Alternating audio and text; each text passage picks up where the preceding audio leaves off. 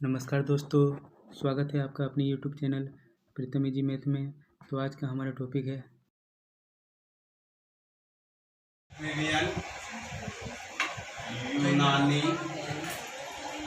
राज।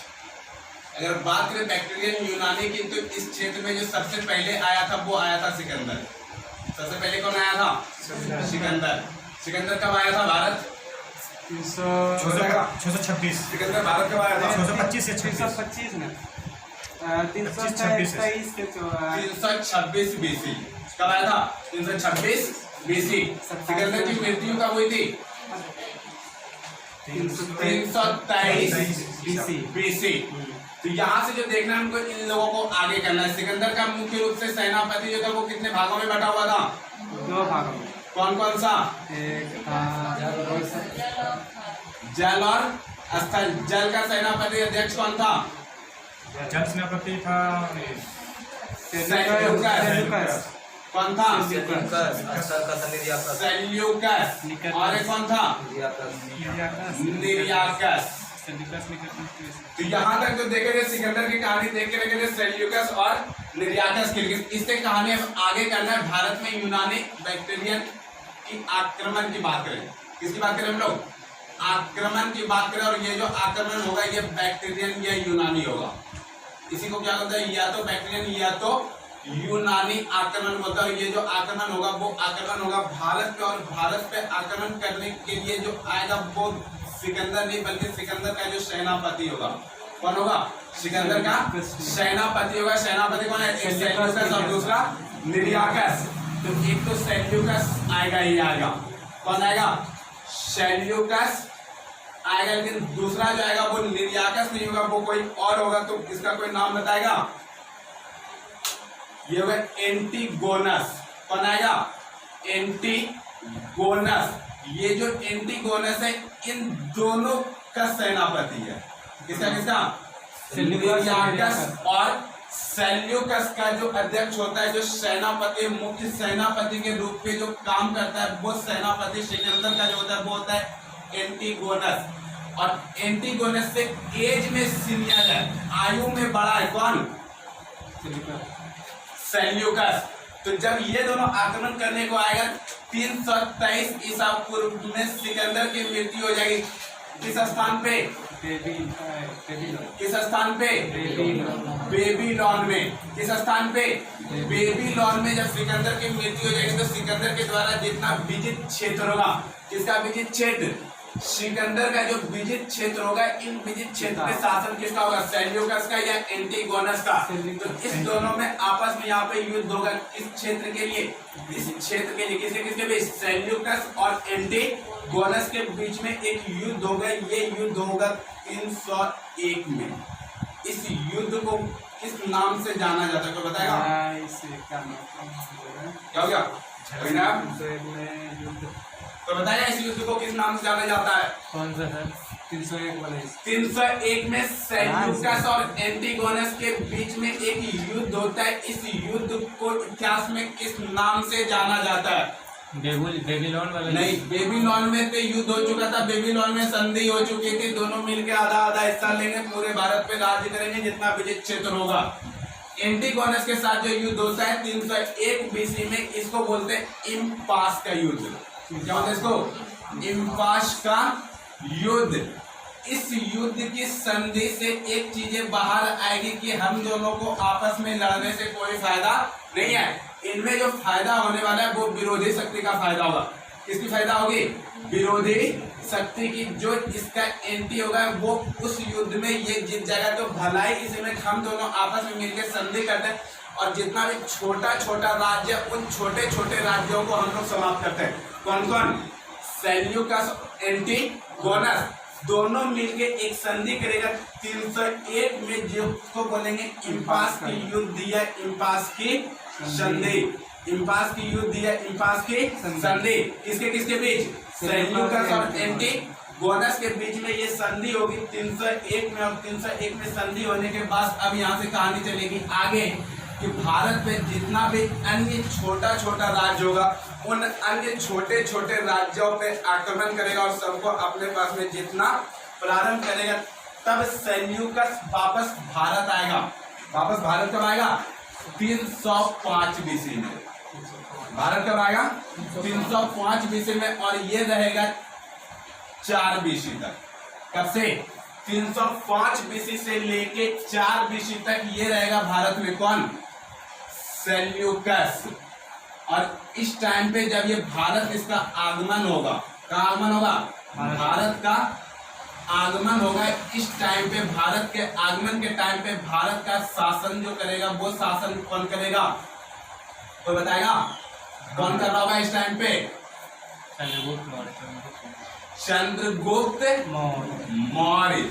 और चंद्रगुप्त मौर्य के राजनीतिक गुरु कौन थे? चाणक्य। राजनीतिक गुरु चाणक्य। गुरु कौन थे? विष्णुगुप्त या चाणक्य। चाणक्य। इसी का दूसरा नाम क्या है? विष्णुगुप्त। विष्णुगुप्त वास्तविक नाम या बचपन का नाम है कौटिल्य। क्या होता है इसको? कौटिल्य। और इसी दोनों का पूछ ले अगर वास्तविक नाम, क्या पूछ ले? विष्णुगुप्त। वास्तविक नाम तब क्या बोलते हैं? विष्णु। विष्णुगुप्त। तो विष्णुगुप्त कौटिल्य या चाणक्य का बचपन का नाम है, जो कि 305 बीसी में चंद्रगुप्त मौर्य का शासन होगा। चंद्रगुप्त मौर्य के विरुद्ध विद्रोह करेगा कौन? सेल्यूकस। कब? 305 बीसी में। कब? 305 बीसी में एक युद्ध होगा। किसके किसके बीच? Seleucus versus Chandragupta Maurya. चंद्रगुप्त मौर्य। और इस युद्ध में सेल्यूकस की हार हो जाएगी, चंद्रगुप्त मौर्य की विजयी हो जाएगी। जो विजयी होने के बाद सेल्यूकस की एक पुत्री होगी। किसकी पुत्री? सेल्यूकस की एक पुत्री होगी। पुत्री का नाम कोई बताएगा? हेलेना। पुत्री का नाम हेलेना। इस हेलेना से चंद्रगुप्त मौर्य का करवा दिया जाएगा विवाह। और विवाह करवाने के बाद यहाँ पे वैवाहिक संबंध को स्थापित करने में सफल होगा कौन? सेल्यूकस। किसके साथ? चंद्रगुप्त मौर्य के साथ। और जब चंद्रगुप्त मौर्य के साथ हेलेना का विवाह करवा देगा तो इसी टाइम पे सेल्यूकस चंद्रगुप्त मौर्य को एक राजदूत के रूप में देगा या एक इतिहासकार देगा। नाम कोई बताएगा क्या है? हाँ, राजदूत या इतिहासकार देगा। इतिहासकार का नाम क्या है? मेगास्थनीज। मेगास्थनीज। कोई बताएगा मेगास्थनीज के द्वारा कौन सी पुस्तक की रचना की गई है? कौन सी पुस्तक की रचना की गई है? इंडिका। कौन सी? इंडिका। और इंडिका में किन बातों का वर्णन है? किसका वर्णन है इसमें? चंद्रगुप्त मौर्य। किसका वर्णन है इंडिका में? मौर्य का। मौर्य वंश का। किसका? मौर्य वंश का। और मौर्य वंश में स्पेशल चंद्रगुप्त मौर्य का। स्पेशल किसका? चंद्रगुप्त मौर्य का। और इस मौर्य वंश में चंद्रगुप्त मौर्य के राजा बनने तक की पूरी कहानी का वर्णन मिलता है इस इंडिका पुस्तक में, जिस इंडिका पुस्तक की रचना करता है मेगास्थनीज। और ये मेगास्थनीज चंद्रगुप्त मौर्य के ससुर जिस सेल्यूकस के द्वारा राजदूत या इतिहासकार के रूप में इसको दिया जाता है। किसको? चंद्रगुप्त मौर्य को। तो इस तरह से धीरे धीरे कहानी बढ़ के आगे आएगी और 305 से लेके 304 बीसी तक सेल्यूकस की कहानी और चंद्रगुप्त मौर्य की कहानी धीरे धीरे भारत में चलते रहेगी। बात करें अगर इससे आगे की, बात करें इससे आगे की, तो उधर पता है 5 राज्य बताए थे विश्व की सबसे बड़ी शक्तिशाली राजा कौन थे? जिसका शासनकाल मात्र 5 वर्ष रहा था। ना विश्व का सर। कौन? विश्व का था, बैक्टीरिया का था सर। सर बता रहे हैं। अशोक को बोले थे, उपाधि मिला था सम्राट का। अशोक सर। और फिर इसको उपाधि मिला था महान का। विश्व का नाम तो सिकंदर के समय, सिकंदर हाँ, से भी पहले था। ये इसकी उपाधि है। सबसे विश्व की सबसे शक्तिशाली शासक कौन था? क्या से नाम है? जिसमें 5 राज्य बताए थे। अब कितना टाइम्स करे तुम लोग को? बैक्टीरिया, 3 व 5 व 6 तो जीता। सीरिया, अरे 9 3 घर लगा है। बेबीलोन। नहीं बता नहीं नहीं, पूरा क्या पूछे सर? विश्व के सबसे बड़ी शक्तिशाली राजा कौन थे? बताते हैं। सिकंदर से डेरियस था। नहीं डेरियस प्रथम। ये बोल रहा है क्या? नहीं डेरियस से भी दूसरे नाम बताए थे क्या नाम? साइरस था सर। डेरियस प्रथम बोल रहा है। नहीं, साइरस तो इस टाइम पे जो सबसे बड़ी शक्तिशाली शासक था वो था साइरस प्रथम। ये विश्व की सबसे बड़ी शक्तिशाली राजाओं में गिनती आता था और इस साइरस प्रथम का कुल मिला के मात्र 5 वर्ष शासन रहा। और इन 5 वर्षों में जो सिकंदर चाहता था विश्व विजयी बनना, बैक्टीरिया पार्थन को जीतने के लिए वो नहीं जीत सका था, जो इन्होंने साइरस प्रथम ने एक झटके में बड़े आराम से जीत लिया था। तो उस टाइम पे 2 छोटे छोटे राज्य थे, जिसमें पहला राज आता है बैक्टीरिया। पहला राज क्या आता है? बैक्टीरिया। और दूसरा राज आता है पार्थियान। दूसरा राज्य कौन आता है? पार्थियान। जब इस तरह से सिकंदर की मृत्यु हो जाती है, सेल्यूकस एंटिगोनस दोनों मिलकर शासन करना चाहता है। 301 की इम्पास का युद्ध होता है। 305 में भारत आता है, चंद्रगुप्त मौर्य से मिलता है। चंद्रगुप्त मौर्य से मिलने के बाद अपनी पुत्री हेलेना का वैवाहिक संबंध के द्वारा आगे का शासन कार्य प्रारंभ करता है। तो जो विजित क्षेत्र इसका होता है बैक्टीरिया और पार्थियान, ये दोनों आपस में स्वतंत्र घोषित कर देता है, क्योंकि ये दोनों क्षेत्र जो होता था ये ईरान का क्षेत्र था। कहाँ का क्षेत्र था ये? ईरान का। और ईरान में वर्तमान टाइम पे शासन करने वाला कोई नहीं है, क्योंकि 2 व्यक्ति था, सेल्यूकस और एंटिगोनस, जो अभी वर्तमान टाइम पे कहाँ है? चंद्रगुप्त मौर्य के पास। और चंद्रगुप्त मौर्य के पास का मतलब बिहार में मगध में शामिल है। ईरान में कोई शासन करने वाला है? कोई भी शासन करने वाला नहीं है। तो इस तरह से 250 बीसी में, कब? 250 बीसी में पार्थियन और बैक्टीरियन दोनों खुद को स्वतंत्र घोषित कर देता है। और जब खुद को दोनों स्वतंत्र घोषित कर देता है, तब इस टाइम पे सेल्यूकस का पौत्र, किसका? सेल्यूकस का पौत्र। पौत्र मतलब क्या होता है? पोता होता है ना। इसका पौत्र होता है एंटिगोनस द्वितीय। एंटिगोनस द्वितीय। तब एंटिगोनस द्वितीय को भेजता है बैक्टीरिया और पार्थियन में, ये स्वतंत्र खुद को घोषित करता है। इस घोषित किए हुए क्षेत्र पे युद्ध जो हो रहा था, इन युद्ध को समाप्त करने या खत्म करने या विद्रोह को दबाने के लिए, किसको भेजता है? एंटिगोनस द्वितीय को। किसको? यहाँ पे एंटिगोनस है, ध्यान रखना, यहाँ पे एंटिगोनस द्वितीय है। तो ये जो एंटिगोनस द्वितीय है, ये सेल्यूकस का पौत्र है। किसका? सेल्यूकस का पौत्र है। कौन? एंटिगोनस द्वितीय। ये एंटिगोनस बैक्टीरिया और पार्थियन पर आता है विद्रोह को दबाने के लिए। लेकिन इस विद्रोह में दबाने के लिए जो इस टाइम पे बैक्टीरिया का शासक होता है, कोई बताएगा इस टाइम पे बैक्टीरिया का शासक कौन है? अभी बैक्टीरिया का शासक कौन है? नहीं, बैक्टीरिया का शासक है डायोटोटस प्रथम। काका? बैक्टीरिया का डायोटोटस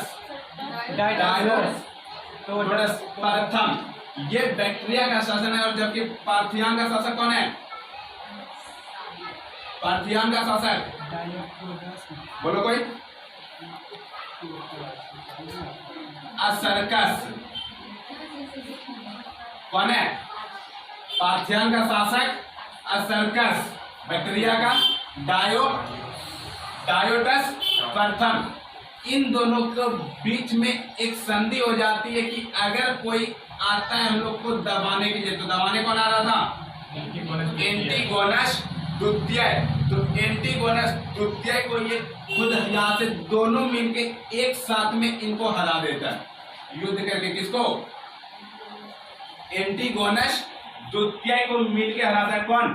डायोटस और आर्केस दोनों मिलके युद्ध करता है। और दोनों मिलने के बाद बैक्टीरिया और पार्थियान ये स्वतंत्र घोषित हो जाता है।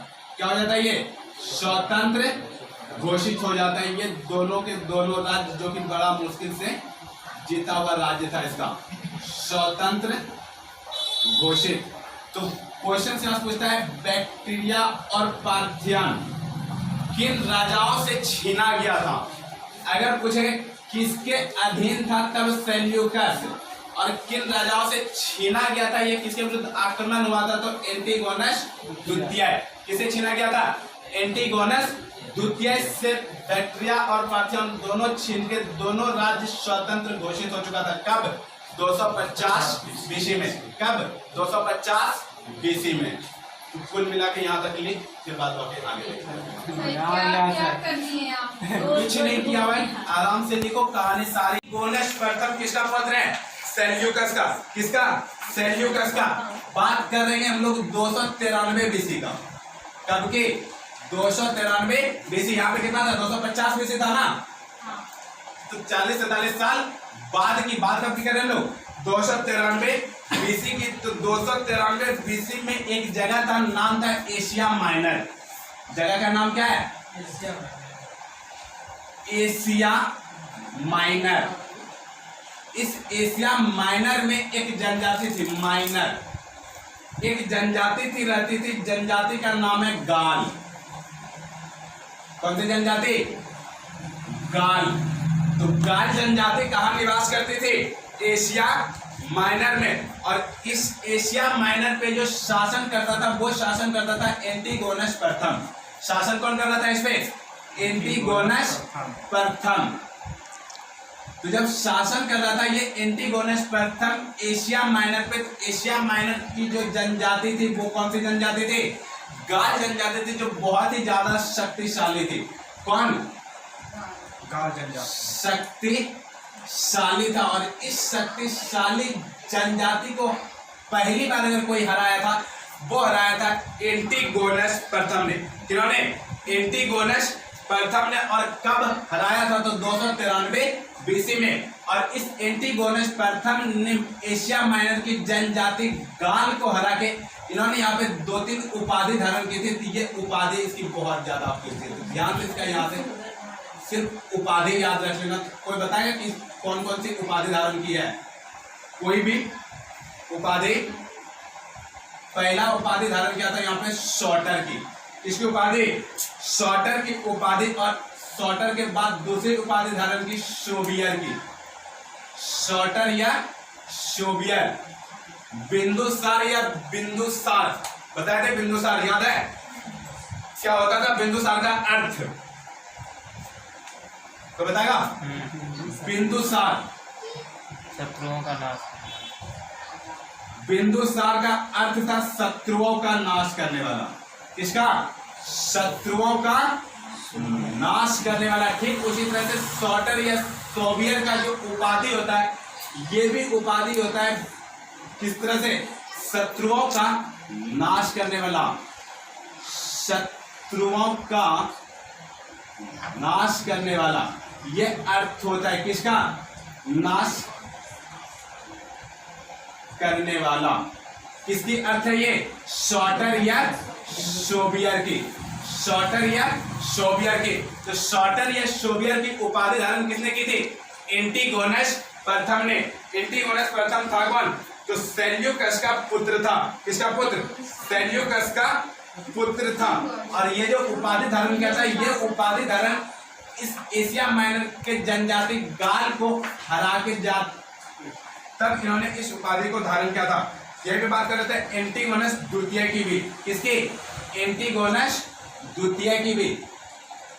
एंटीगोनस द्वितीय। ये एंटीगोनस द्वितीय कौन होगा? ये एंटीगोनस द्वितीय एंटीगोनस प्रथम का पुत्र है। किसका पुत्र है? एंटीगोनस प्रथम का पुत्र है एंटीगोनस द्वितीय। और यही एंटीगोनस द्वितीय सेल्यूकस का क्या पौत्र हुआ या नहीं हुआ? अब पौत्र हुआ तो ठीक ठाक रहेगा, या इसका पिता यहाँ पे लिखे हैं बगल में? पिता लिखे या ठीक रहेगा? लिख दें? लिख दीजिए। क्या लगता है सर? पिता कौन हो गए? एंटीगोनस प्रथम, किसके पिता? एंटीगोनस द्वितीय के। इसकी मृत्यु के बाद एंटीगोनस द्वितीय बनेगा अगला शासक, और ये जो एंटीगोनस शासक बनेगा ये कुछ शराबी होगा। क्या होगा? शराबी। इसको राजपाट से कोई मतलब नहीं है, बस इसको खंबा देते रहे, राज्य चलते रहेगा, बाकी राज्य में जो भी हो रहा है होने में कोई फर्क पड़ने वाला इसको नहीं है। ये जो शासक बनेगा ये शासक बनेगा 266 बीसी को। कब बनेगा? 266 बीसी को राजा बनेगा, और राजा बनने के बाद ये पूरी तरीका से अपनी अय्याशी में डुबा रहेगा। इसको राज्यपाट से कोई मतलब नहीं होगा कि राज्य में क्या हो रहा है और क्या नहीं हो रहा है, और इसी खुशी में कुछ नहीं करेगा, बैठे बैठे 2-3 तो खाली उपाधि धारण कर लेगा। क्या कर लेगा? बैठे बैठे 2-3 को उपाधि धारण कर लेगा, और सबसे पहला उपाधि इसको पूरे राज्य से जो मिलता है वो शराबी का ही उपाधि मिलता है, क्योंकि इसको काम कुछ है नहीं, बस शराब पीना है खाली। और जब शराब पीना है तो इसको उपाधि ही क्या मिल जाती है? पहला शराबी की। दूसरा जो उपाधि लेगा वो लेगा थियस की उपाधि। किसकी उपाधि? थियस की उपाधि लेगा। थियस का कोई अर्थ बता सकता है क्या होता है? बलवंत से रिलेटेड होगा। हाँ, थियस की उपाधि तो बताएगा। बोलो। जो वो बोलता है ना कि खुदा का वो है देवता। हाँ, थियस का अर्थ होता है देवता, भगवान, गॉड, और ये खुद को घोषित कौन करेगा? एंटीगोनस द्वितीय। तो एंटीगोनस द्वितीय उपाधि के रूप में थियस को लेगा। थियस का अर्थ होता है देवता, गॉड। कोई बताएगा गॉड का फुल फॉर्म? गॉड का फुल फॉर्म बताया हुआ क्वेश्चन है, GOD। कोई बताएगा गॉड का फुल फॉर्म? ऋग वैदिक काल कंप्लीटली पढ़ाया हुआ है और बहुत अच्छा से पढ़ाया हुआ है। जल्दी बोलो।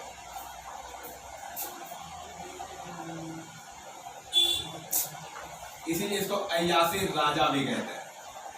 तो बताएगा मुगल काल में अय्याशी राजा किसको बोलते हैं? इसको मुगल काल में बता रहे थे अकबर का बेटा औरंगजेब का बहुत अच्छा शासन था। औरंगजेब इसका लव स्टोरी भी बड़ा फेमस था। औरंगजेब को कट्टरवादी हिंदू शासक कहते हैं। शाह आलम द्वितीय कौन था? शाह आलम द्वितीय एक नंबर का अय्याश शासक था। ठीक उसी तरह से यहाँ पे एंटीगोनस द्वितीय एक नंबर का अय्याश शासक है। कुछ नहीं करना, इसको शराब देते रहे, घूमने के लिए राज्य में छोड़ दे, जो राज्य में अच्छी लगे लाके सेवा में रख दे रात भर दिन भर के लिए। बस यही काम था किसका? एंटीगोनस द्वितीय का। इससे ज्यादा इसको कुछ भी नहीं चाहिए। बाद बाकी जिसको लेके जाना है जाओ, रखना है जिंदगी भर रख, नहीं रखना है तो छोड़ दे, कोई मतलब नहीं है। उपाधि धारण क्या किया है?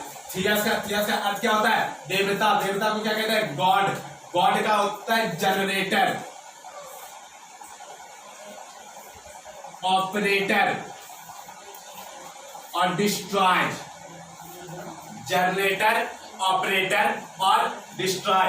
जनरेटर का मतलब क्या होता है? निर्माण करता। जनरेटर का मतलब क्या होता है? निर्माण करता। ऑपरेटर का मतलब होता है पालन करता, पालन करता। और डिस्ट्रॉय का मतलब होता है विनाश करता। क्या होता है? विनाश करता। और ऐसे पे सिर्फ 3 ही भगवान है। हिंदू धर्म में कितना भगवान है कोई बताएगा? पूरे हिंदू धर्म में कितना भगवान है? 10 करोड़ से ज्यादा। 10 करोड़ से ज्यादा। और कोई? कितना बताए थे? 33 करोड़। 33 करोड़। 33 करोड़। कितना है? 33 करोड़। एक्चुअल में ये 33 करोड़ नहीं, ये जो देवता है ये देवता है 33 कोटि। कितना है? 33 कोटि। कोटि को लिखने के चक्कर में गलती से वो करोड़ हो गया है, और आज तक वही चल रहा है 33 करोड़। तो एक्चुअल में ये 33 करोड़ नहीं, भगवान कितना है? 33 कोटि है हिंदू धर्म में। और इस हिंदू धर्म में भी ये जो 33 कोटि, ये 33 कोटि मात्र 3 भाग है। मात्र कितना भाग है? 3 भाग है। कौन कौन? सबसे पहला ब्रह्मा, सबसे पहले ब्रह्मा। दूसरा विष्णु, दूसरा विष्णु। तीसरा महेश, तीसरा महेश। इस 3 के अलावा चौथा कोई नहीं है। इस 3 के अलावा चौथा कोई नहीं है। तो इसी में जो ब्रह्मा है वो जनरेटर है। ब्रह्मा कौन है? जनरेटर। ये निर्माण करता है, ये सिर्फ निर्माण कर सकता है, निर्माण के अलावा इसको दूसरा कोई काम नहीं है और ना ही कुछ आता है वर्मा जी को। वर्मा जी को अगर कुछ आता है तो इसको सिर्फ निर्माण करने आता है, इसको बनाने के लिए आता है, इससे ज्यादा इसको कुछ भी नहीं आता है। दूसरा बात करें ऑपरेटर, ऑपरेटर कौन है? विष्णु जी। ऑपरेटर कौन है? विष्णु जी। विष्णु जी को सिर्फ पालने आता है, इसको खिलाने पिलाने आता है, इससे ज्यादा इसको कुछ नहीं आता है। किसको? विष्णु जी को। तीसरा आता है डिस्ट्रॉय, महेश, जिसको सिर्फ और सिर्फ विनाश करने के लिए आता है, इससे ज्यादा इसको कुछ भी नहीं आता है। ये कहता है निर्माण करता, पालन करता और विनाश करता, यही है गॉड। इक्वल टू क्या है? गॉड। मूवी देखा है तुम लोग OMG? Yes sir. प्रेस रावण अक्षय कुमार, ये चीज दिखाया गया है सर। ऐसे मत बोलिए, गुस्सा आ रहा है। कौन? ये अरे हम खुद हैं ये। वो कौन होता है हमसे गुस्सा आने वाला? हम उससे गुस्सा आए हुए हैं। इधर सब करें, इसको सब करें। तो इस तरह से सिर्फ ये भगवान अगर देखेंगे तो वो कितना है? 3 है। तो ध्यान रखना, आज के बाद बाकी संस्कृति के हिसाब से वो 33 कोटि है, कभी भी कोटि होता क्या है?